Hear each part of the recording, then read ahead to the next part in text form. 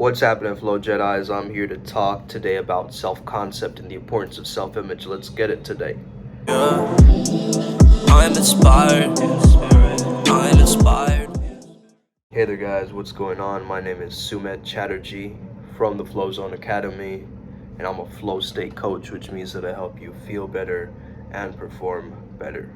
I just got off of a call with Pete Kirkwood this morning.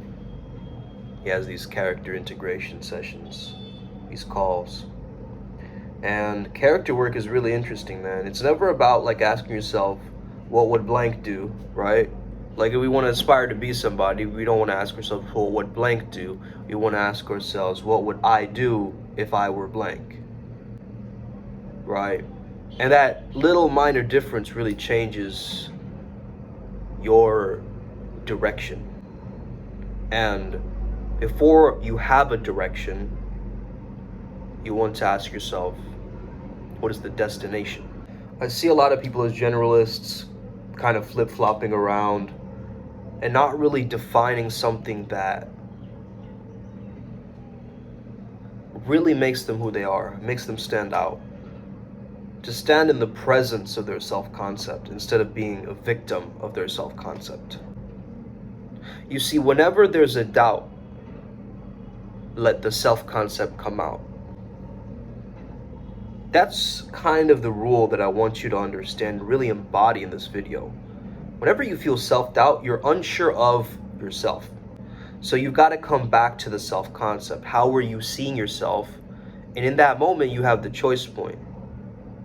You have that place from which you can choose. In my call with Pete Kirkwood, I discovered that I am the walking sweet spot. That I have this ability to embody a zero state consciousness and be able to see things from that neutrality, duality, third rung of the triangle, right? It's like I'm here looking at the duality, and that's kind of a Janus frequency. Janus told me, you got to be homesick of the unknown. He also told me something recently which kind of shocked me. So Janus told me that consciousness is like an actual thing, like the connectedness of all of us, right? It's an actual like container where we're all connected.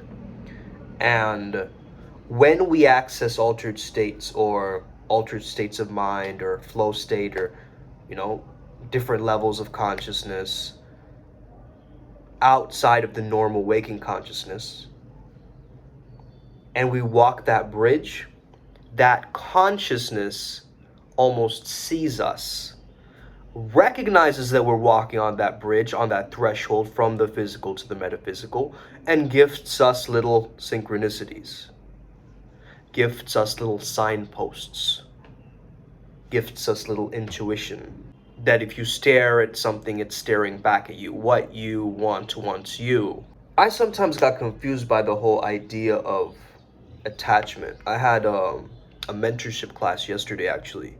I'm doing an ICF accredited program. I want to be a professional coach, so I want the PCC standing.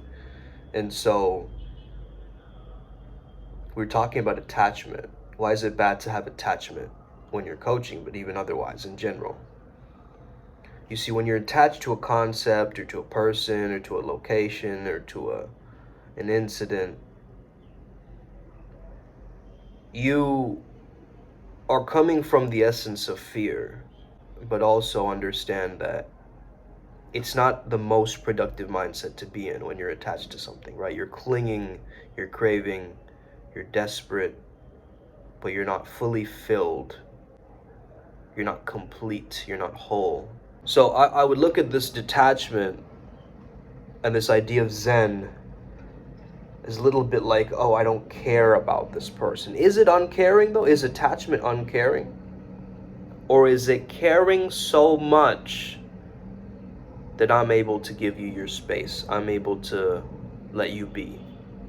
I'm here to let you be you. I care so much about you that I'm here to just hold space. That's what I'm referring to when I say a detachment or an unattached approach to an outcome, to be connected, not attached, right? It's this idea that you're involved in what's happening, but you're not entangled in what's happening. Okay, involved, not entangled.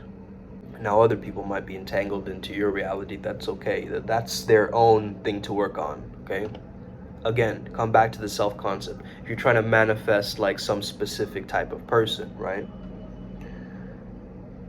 And you start focusing on all the things that they're doing wrong, and like, you know, it's like they're not there on time, and this is not going well, and this is not working. Like, you can't possibly try and control that other person or their frequency. What you can do is focus on the mirror of you, which will then transcend into that other person. So that's why I said self-concept first, okay? When you come back to you, the self-awareness does something magical, where that would be like your foundation of all healing, is the self-awareness, okay?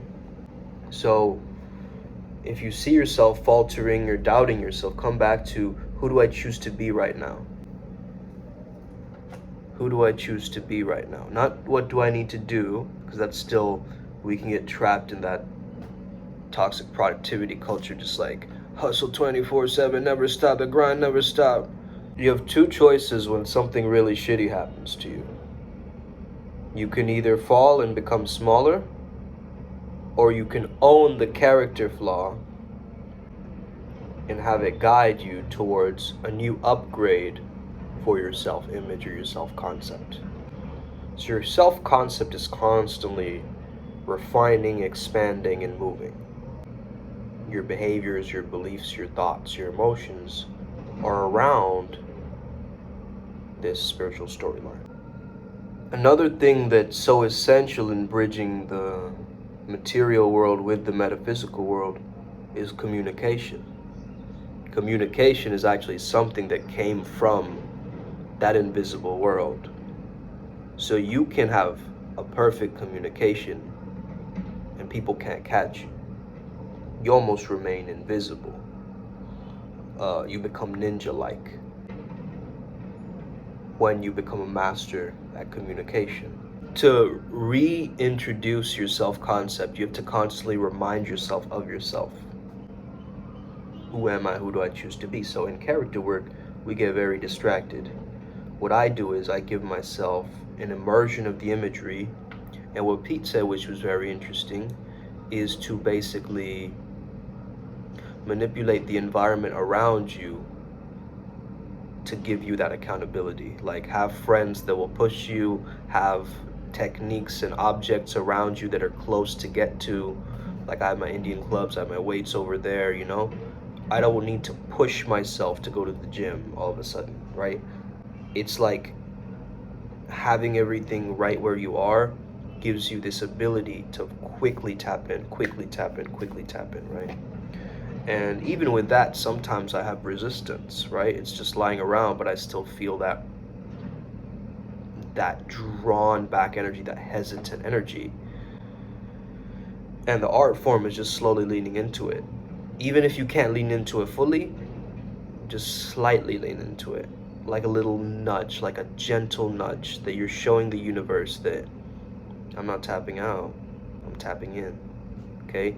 Now, I'm not tapping out doesn't mean like don't rest, right? Obviously, get your rest, but you're saying you're maintaining this frequency, this lullaby, that you're allowing yourself to meditate throughout life, not meditate for 5 minutes in a meditation and then forgetting about it, in a sense. So basically what I'm saying is to adopt the skill set of mindfulness so that you're more conscious of your decisions and what you're doing. And mindfulness and self-awareness are like best buddies, so they work hand in hand. Another little key piece that I got from Pete was, can you transcend your humanity to be more human?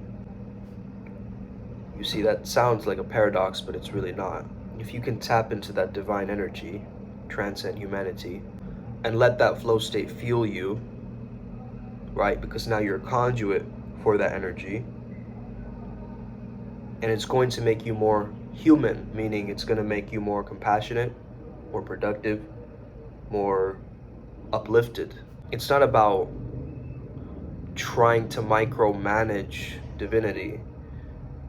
It's about allowing rather than inducing. It's about creating the space for and having the environment reaffirm to you that this is my self-concept and I am a spiritual being first. What do these beats symbolize? That I'm a spiritual being first and then a human. And that actually amplifies your humanity in a sense too, because when you're a spirit, you don't care about the ego me, you care about the collective, you care about the people you're interacting with, the people that you're serving. You can almost use service and help as a bridge towards accessing what you're going through. As Jim Carrey says, we're not our avatars, we're the light that shines within our avatar, right? Like, we've got to understand that we do have a self-concept and we can decide what our self-concept is constantly. We can be that shapeshifter. We can be shapeless, formless, as you see behind me. And we can be a mirror for people. That's what Ram Dass said when he first saw his guru, is, I can't put this man in a box, you know? He's just a mirror for me. And I don't see him separate from me, right? So really start to understand that flow state mechanism of where the self and the other merge together. You'll really start to learn that there is a progression with your flow state. As you start to get on energy maintenance mode, this is a game of energy, okay? The more energy we put into our manifestations, guess what? That's what's gonna slowly start to unfold, okay? Time doesn't change us, it unfolds us, right? And what is unfolding? That character that you know is within you. But the layers and the masks and the bullshit pretend and the stories have got to be changed and the narrative has got to come out strong, you know? So in this ICF like mentoring class yesterday, they took the ICF accredited core competencies, right? And the way they were created, I found it fascinating, okay? You guys have heard of Maslow's hierarchy of needs.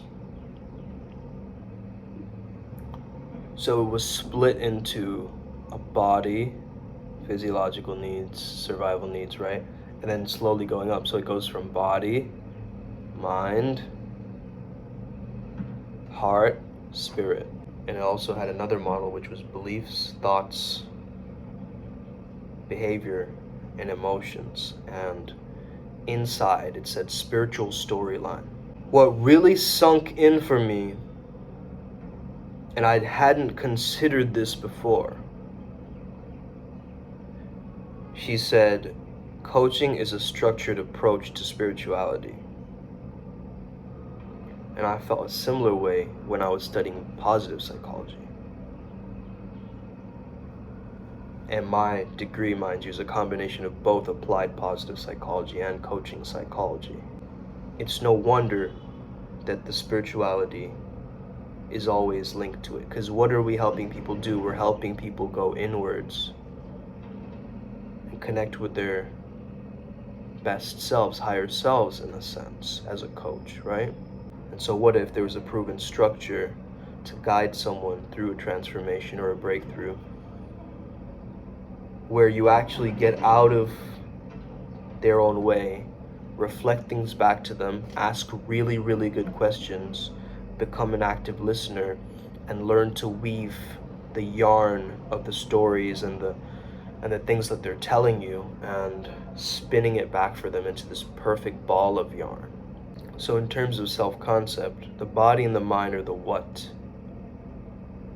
but the heart and the spirit are the who. These are things like the intrinsic rewards, our behaviors, our values, and things like this. It really starts to impact us because we understand that our character is actually very developed in the spiritual realms before there is a choice point in the now where you're going, hey, maybe I'm going to change my hair, or maybe I'm going to be a little bit taller, I'll change my posture a little bit, right? And doing it once doesn't really change the algorithm of the matrix, right? Of the simulation. Just reading a book once, it's like, I got this from NLP Master Rex Sykes, right? He said to read a book like 11 times to get its message to fully sink into the subconscious mind. So I know that I'm going to be reading very specific books over and over and over again until they get hardwired into my brain. I've yet to choose right now, but I think definitely it's going to be a combination of the Kybalion, the Art of the Impossible, maybe Flow,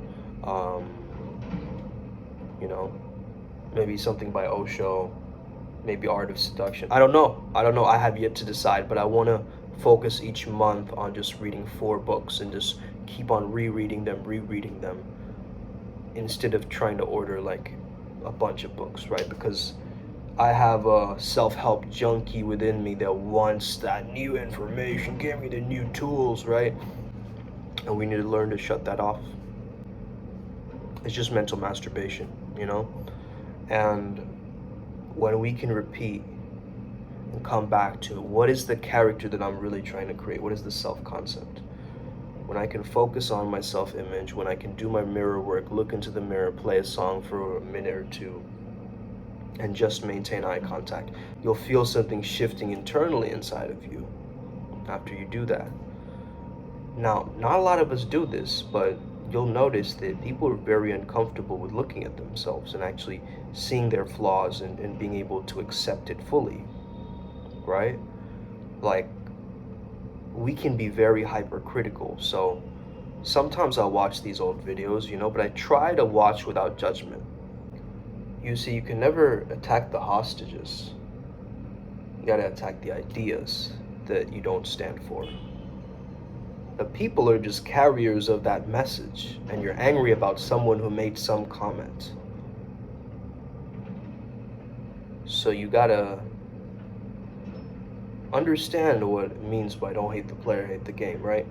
It's saying that this person is hijacked by their self-concept, by their ego preservation mechanism, this defense mechanism that doesn't allow you to get what you want.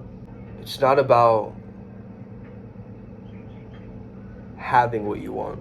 It's about changing the story to tell yourself that you have what you want. All right? So really let this video sink in. Think about it. Is your self-concept helping you towards your journey and constructing the ideal version of you? Or are these pain bodies coming up? If you need help with that, if the past trauma keeps haunting you, if there's this resistance or this tension inside of you that you just can't explain, reach out to me, man. I know how to help people through this process. I have this whole process down, and I've helped myself through it, but also other people, and they can attest to this. And, thank you so much, guys. I'm so grateful. This channel is growing. I have 500 subs now. Of course, consistency is going to do that. I don't even put tags on videos sometimes. I'll just post them out there, but I really got to get on that too to change up the algorithm. But if you guys can share my channel, if you can put the message out there, I'd really appreciate it. Let me do a shout out actually to some of the subscribers that I really respect. Josh Bailey, man, you've been commenting for ages, man. I just got to shout you out. I believe your username is Hotel Moscow or something. Chrysalis Goo, Michael Cooper, I've seen you in a couple of videos. Who's coming up for me? Anthony makes videos. Who else, man? You're learning. You're amplifying, right? You're getting those downloads from what I'm saying. You know who you are. Of course, we have the tribe, the Upward Spiral Gang too out there. You already know who you are. So I want to thank you. Thank you to the Upward Spiral Gang. Let's get it today. May we never be the same again. May the flow be with you and stay legendary. Let's get it today. Boom.